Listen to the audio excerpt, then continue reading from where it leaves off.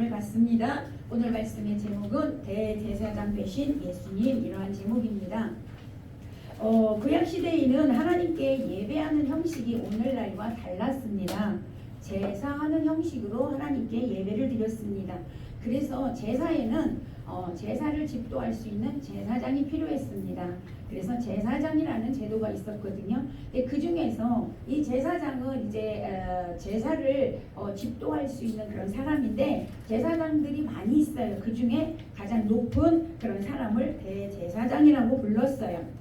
이 대제사장은 1년에 한 번씩 7월 10일 날 어린 양의 피를 가지고 이제 지성소에 들어가서 그 피를 지성소에 있는 법궤에 피를 뿌리고 거기서 하나님과 만나게 됩니다.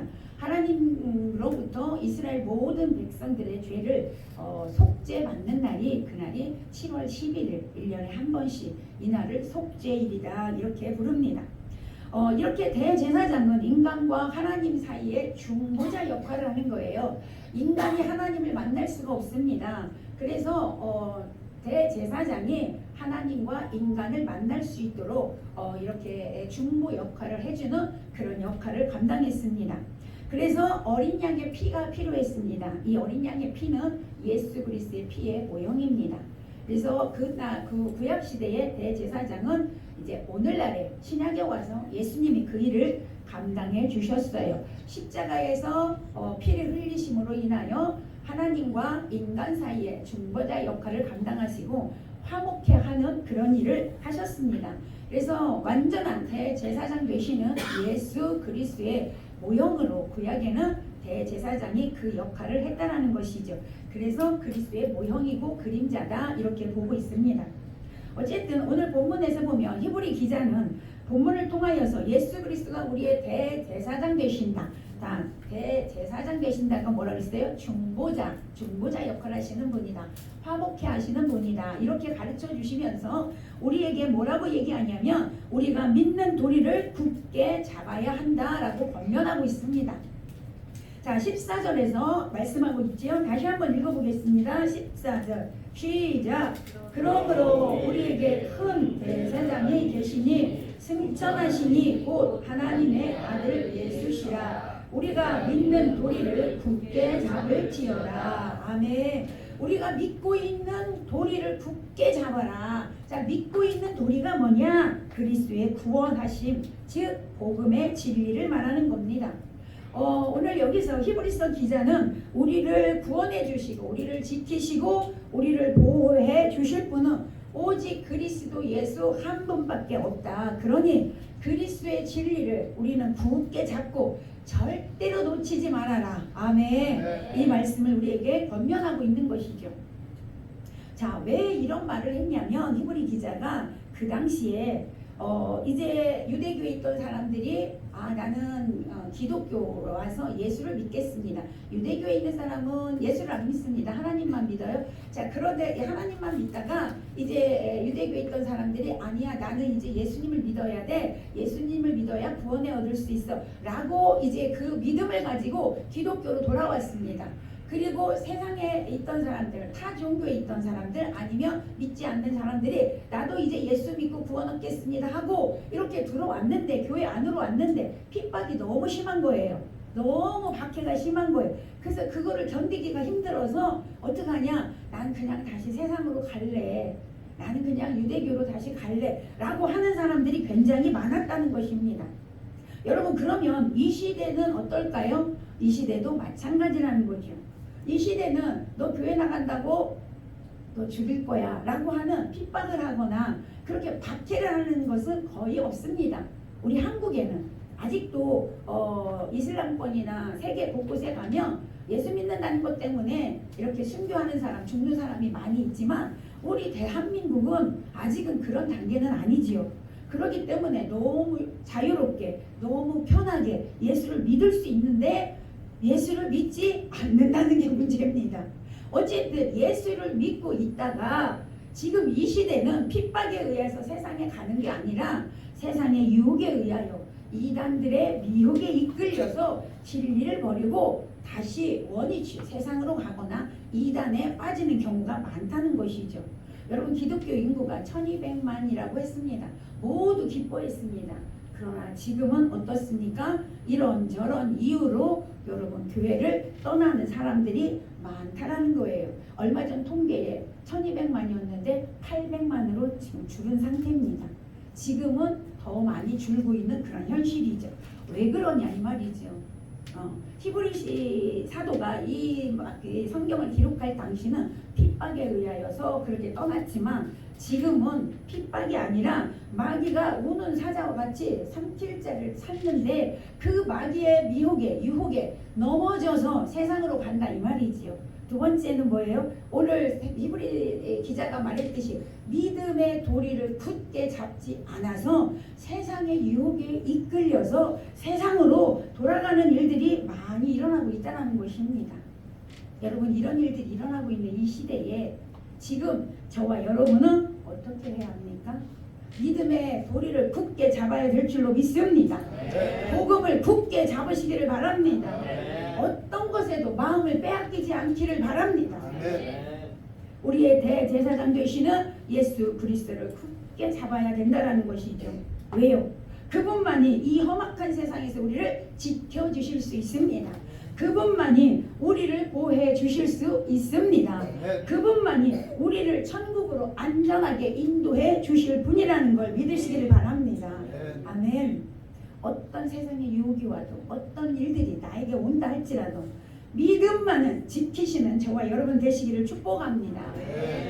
그래야 만물이 벌거벗은 것 같이 하나님 앞에 다 드러날 때, 이때가 언제예요? 예수님이 재림하여 오실 때 우리는 그리스도의 보혈로 깨끗이 씻은 바 되어져서 정결한 모습으로 복음의 풍성한 열매를 가지고 하나님 앞에 서게 되시기를 바랍니다. 그래서 진정한 아름다움과 영광을 누리는 저와 여러분 되시기를 축복합니다. 자, 이어서 히브리 기자는 대제사장 되시는 예수 그리스도는 어떤 분이냐, 어떤 분으로 소개하고 있냐면 우리의 연약함을 동정하시는 분으로 소개하고 있습니다. 자, 15절 보겠습니다. 15절 시작. 우리의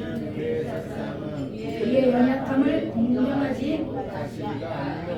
모든 일에 우리와 똑같이 시험을 받으신 이후에 죄는 없으시니라. 아멘. 예수님은 모든 일에 우리와 똑같이 시험을 받으신 분이라고 소개하고 있습니다.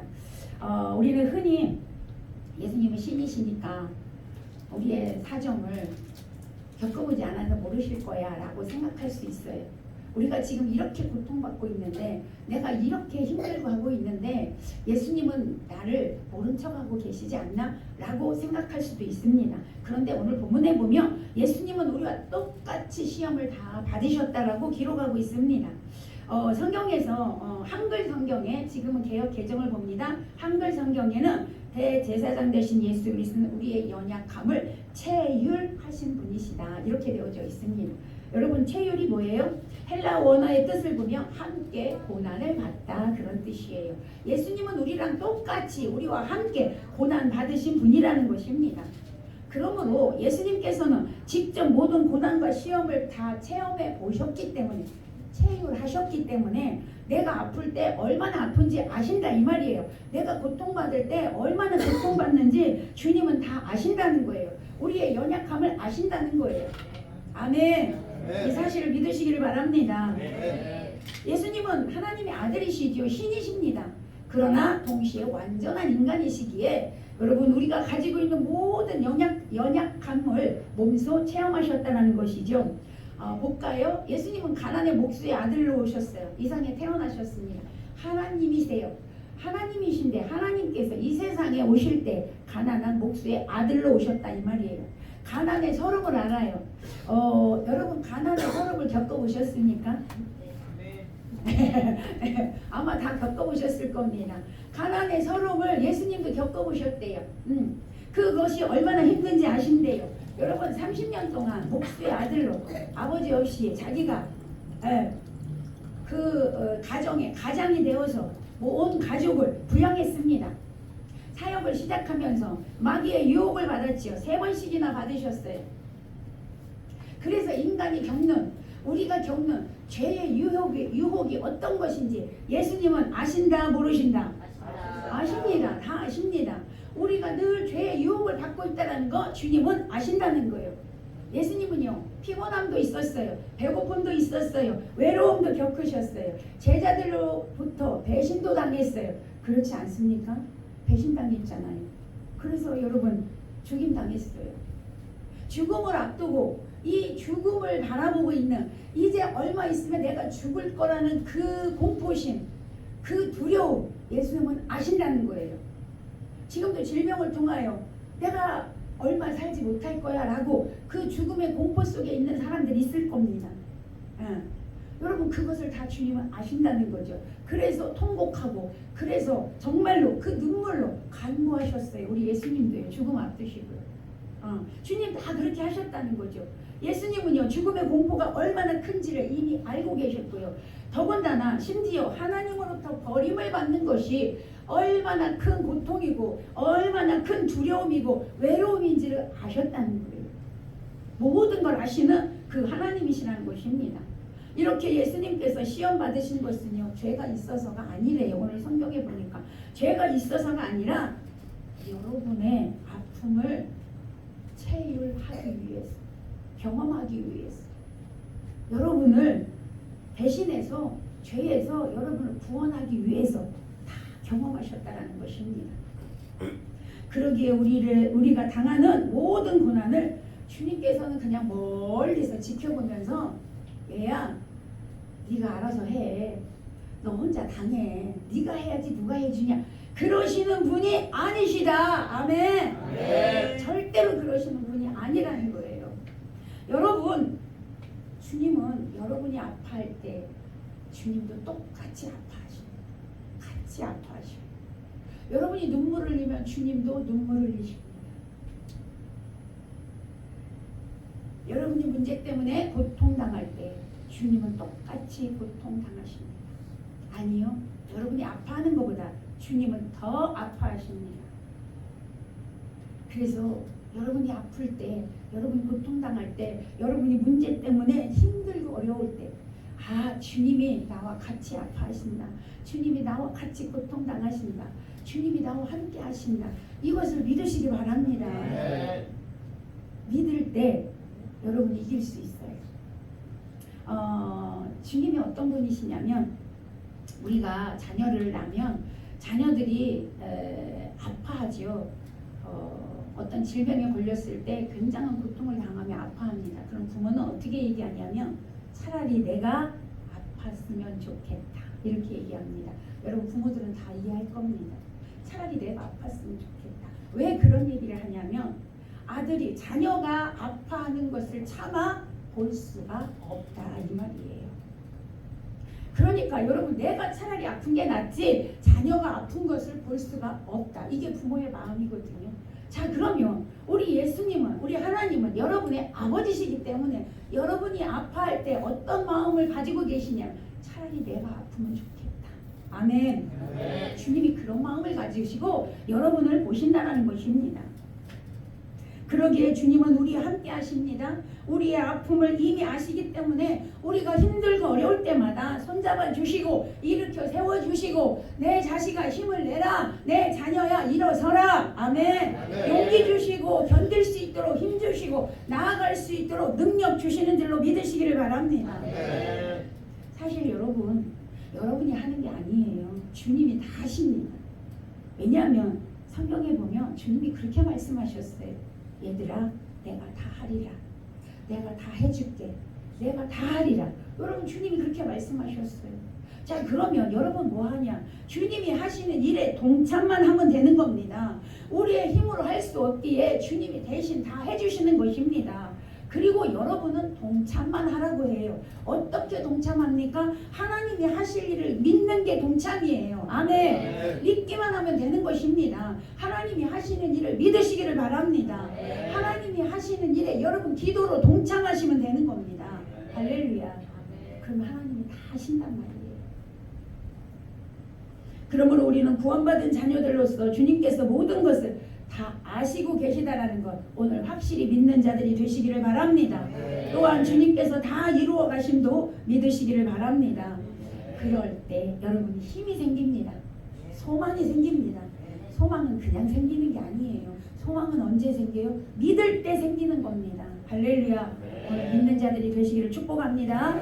자, 세 번째 대제사장 되시는 예수님은 우리를 은혜의 보좌 앞으로 인도하시는 분으로 소개하고 있습니다. 자, 16절입니다. 16절 읽어봅니다. 시작. 그러므로 우리는 그리 하심을 받고 때를 따라 은혜의 보좌 앞에 담대히 나아갈 것이니라. 아멘. 여기서 긍휼하심이라고 말씀하고 있어요. 저와 여러분은 긍휼하심을 이미 받은 자들임을 믿습니다. 하나님께서 값없이 주시는 은혜예요. 자, 이 은혜는 어디서 나오냐? 하나님 사랑에서 나옵니다. 하나님이 이 세상의 모든 사람을 사랑하십니다. 그래서 긍휼히 여기시죠. 하나님의 긍휼하심 때문에 오늘 저와 여러분은 생명을 얻게 된 것입니다. 그 은혜의 통로는 예수 그리스도의 희생입니다. 예수님의 희생이 없었다면 오늘 저와 여러분 생명을 얻을 수가 없는 것이죠. 하나님의 긍휼하심과 예수 그리스도의 희생적인 사랑이 없었다면 이 자리에 나와서 예배할 수도 없는 것입니다. 지금도 영원한 멸망, 지옥으로 달려가고 있었을 것입니다. 원래 구약 시대에는 앞에서도 말씀드렸지만 성막이 있으면 성막 안에 들어가서 거기서 제사를 드립니다. 그리고 지성소라는 곳이 있어요. 성막 안에 오늘날로 말하면 이 장소가 지성소입니다. 여러분이 있는 장소가 성소고요. 자, 그래서 이 지성소에는 법궤가 있어요. 여기에 이 자리에 법궤가 있습니다. 오늘날로 얘기하면 이 자리에 법궤가 있는데 그 법궤에 하나님이 임재해 계십니다. 그래서 앞에서 말씀드렸죠. 대제사장이 1년에 한 번 여기에 들어와서 이 법궤에서 주님과 만나는 거예요. 하나님은 여기 계시다라고 구약시대에는 믿었습니다. 그런데 지금은 여기를 아무나 올라올 수 있잖아요. 여러분 그렇지 않아요? 아무나 올라올 수 있지만 구약시대 여기에는 아무나 올 수가 없었습니다. 왜냐하면 하나님의 그 위엄하신, 하나님의 거룩하신, 하나님의 그 빛 대신이 너무 위험하기 때문에 그 자리에 오면 그 위험에 압도당해서 그 자리에서 죽을 수밖에 없습니다.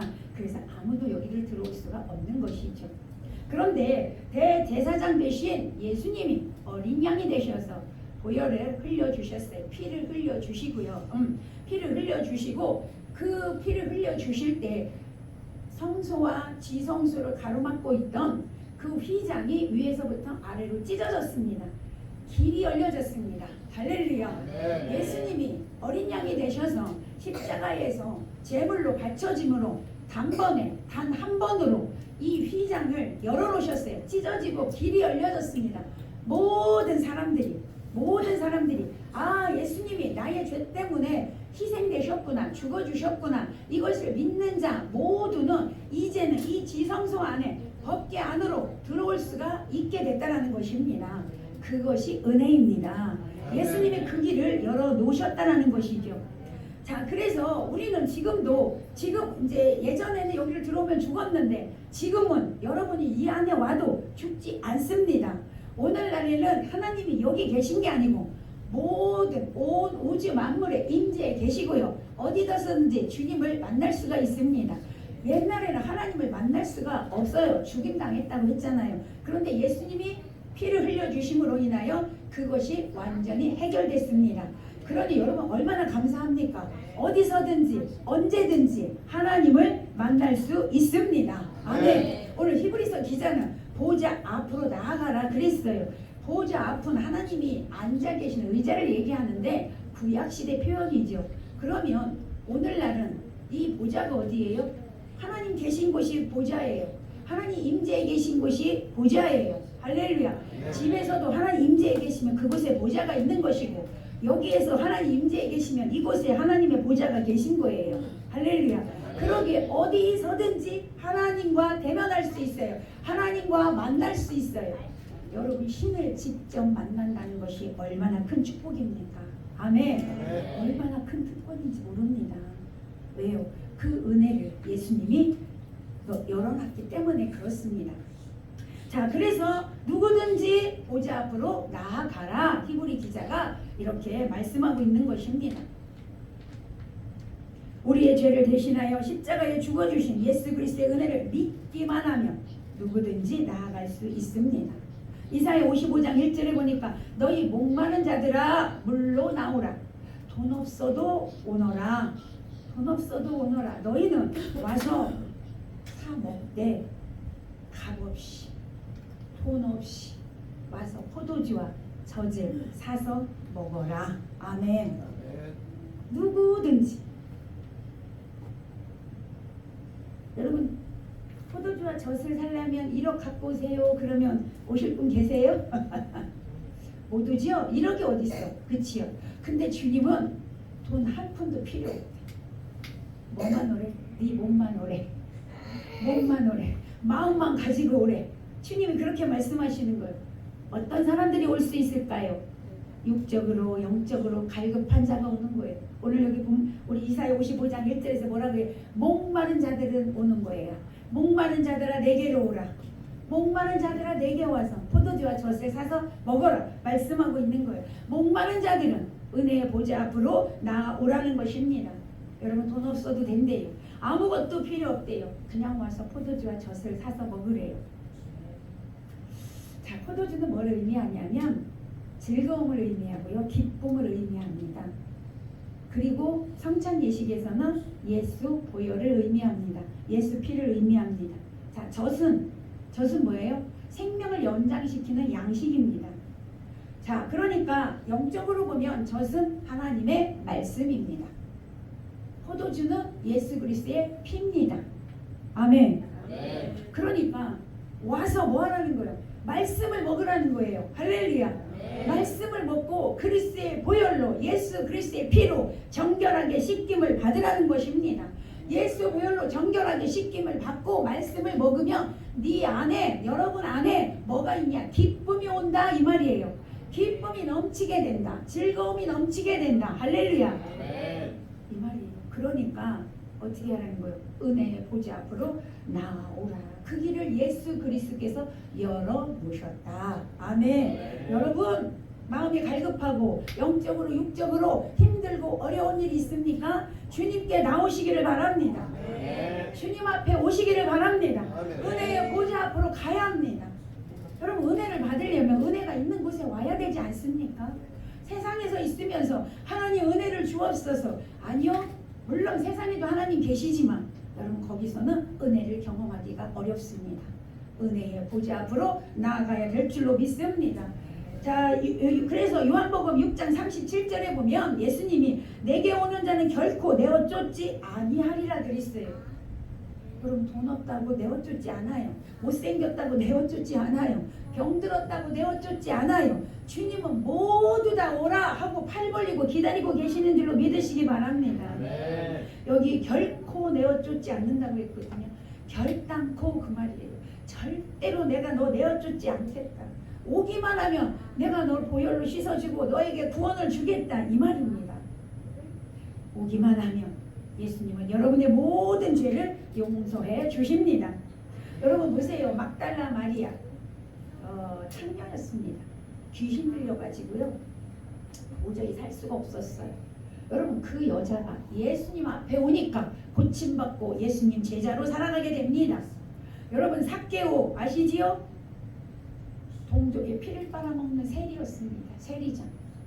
사람들이 삭개오가 지나가면 다 도망갔습니다. 그런 사람이었어요. 그런데 주님을 만남으로 여러분 그는 새로운 사람이 되었습니다. 내가 가지고 있는 재산을 절반을 팔아서 다 나눠주겠습니다. 다 나눠줬어요. 여러분이 잘 아는 예수님이 십자가에 달릴 때 옆에 있던 강도, 여러분 살인 강도 얼마나 포악한 사람이에요. 그런데 주님께 내가 주님을 믿습니다라고 한마디 했더니 오늘 너와 내가 낙원에 있으리라. 할렐루야. 네. 여러분 그런 은혜를 받게 되는 것입니다. 여러분 주님 앞에 오시면 하나님 앞에 오시면 자 오늘날로 말하면 교회에 나와서 주님을 영접하시면 여러분 구원 받게 되는 것입니다. 하나님 구원해 주신다라고 말씀하고 있습니다. 반드시 약속하고 있습니다. 아멘. 그러므로 은혜의 보좌 앞에 나아가야 될 줄로 믿습니다. 거기에 구원이 있습니다. 거기에 행복이 있습니다. 거기에 축복이 있습니다. 아멘. 여러분 모두 축복의 자녀가 되시기를 바랍니다. 자, 두 번째, 보좌 앞으로 나아간다는 것은 무슨 의미냐면 기도의 자리로 가라 이 말입니다. 오늘 여기 보니까 때를 따라 은혜를 얻기 위하여 보좌 앞으로 담대히 나아가라 이렇게 말씀하고 있습니다. 담대히 나간다는 건 뭐냐? 확신 있게, 대담하게, 자신 있게, 당당하게. 할렐루야. 여러분 하나님 앞에 나아가면서 쭈삣쭈삣 할 필요가 없어요. 지난 시간에 말씀드렸어요. 어떤 분이 문제투성이라 이 문제 해결하고 갈게요 그랬잖아요. 제가 아니요 문제가 있으니까 더 오셔야 돼요 그랬더니 그분이 뭐라고 했다고요? 아니요 이 문제는 내가 해결해야죠. 어떻게 이 문제를 하나님께 얘기를 합니까? 그래서 못 나오겠습니다 이렇게 얘기했다고 했잖아요. 왜요? 아직 그리스도가 자신의 주인이 안 됐기 때문에. 아니 내 문제 내가 해결해야지 어떻게 감히 하나님께 이거를 아래요 이렇게 얘기하는 거예요. 아니요 우리는 이미 구원받은 자녀들이죠. 저와 여러분은. 그러기에 당당하게 나아가는 거예요. 자 우리 지빈이가 있지만 오늘 아버님 오셔서 너무 감사합니다.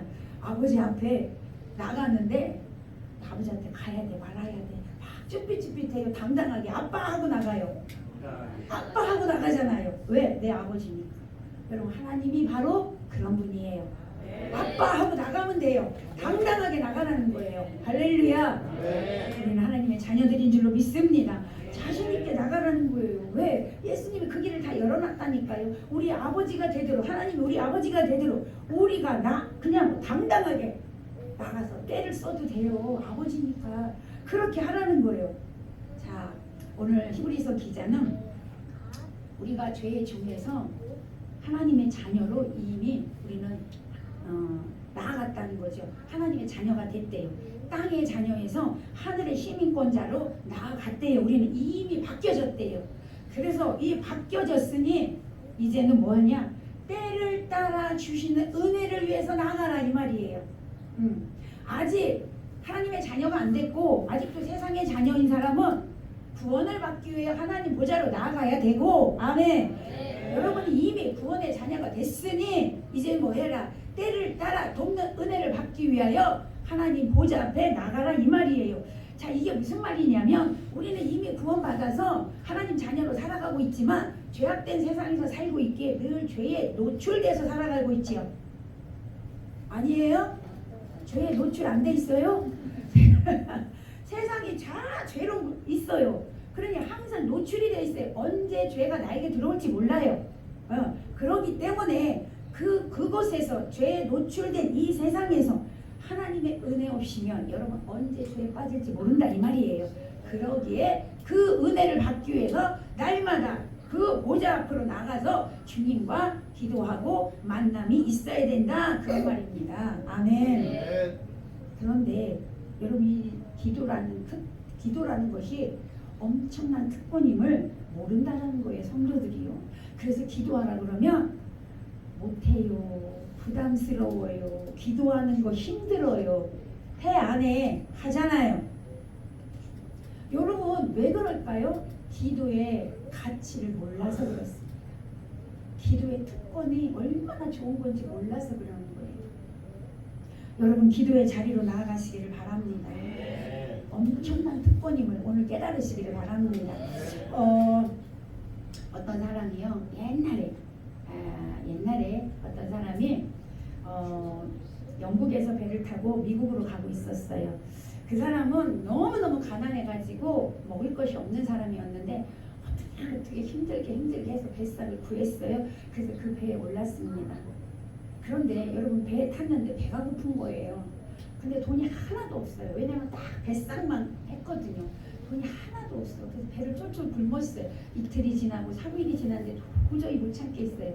가서 식당에 가서 혹시 남은 음식이 있으면 저에게 좀 주실 수 있나요? 제가 3일을 굶었더니 도저히 살 수가 없네요 라고 했어요. 그때 거기에 주방장이 뭐라고 했을 것 같습니까?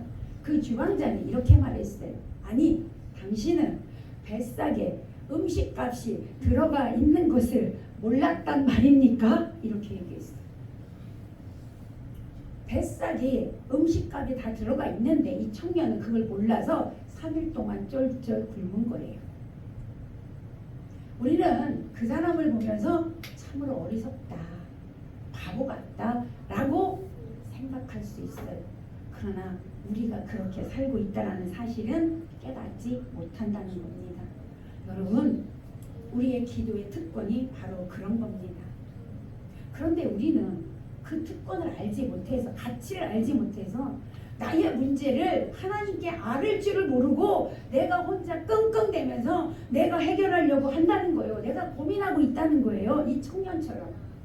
성경은 말합니다. 구하라 그리하면 너에게 주실 것이요, 찾으라 그러면 찾아질 것이요, 문을 두드리라 그러면 열릴 것이니라. 아멘. 보좌 앞에 나가서 기도하라는 거예요. 할렐루야.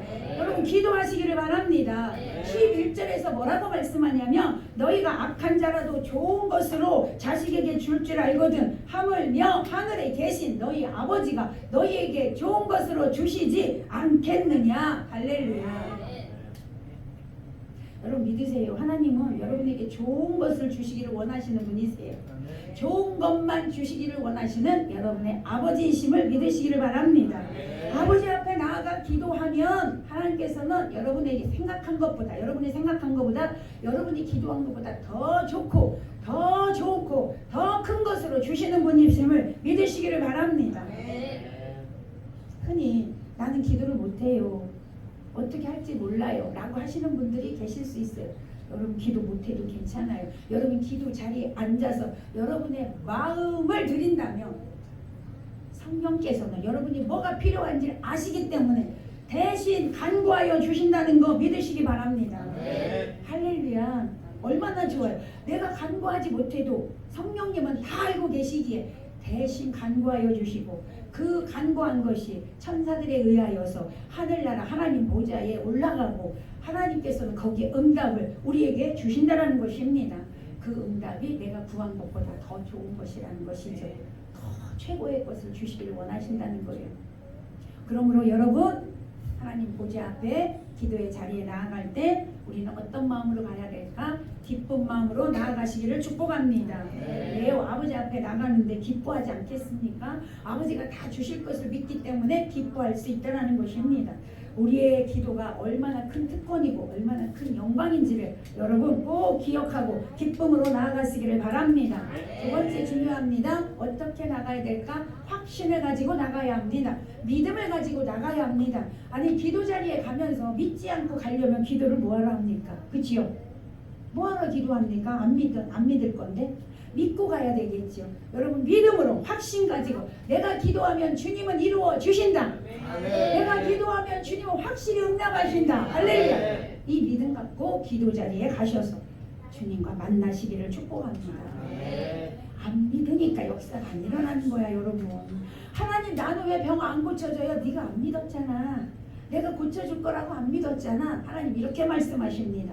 여러분 믿음을 가지고 하나님께 다 기도하시기를 바랍니다.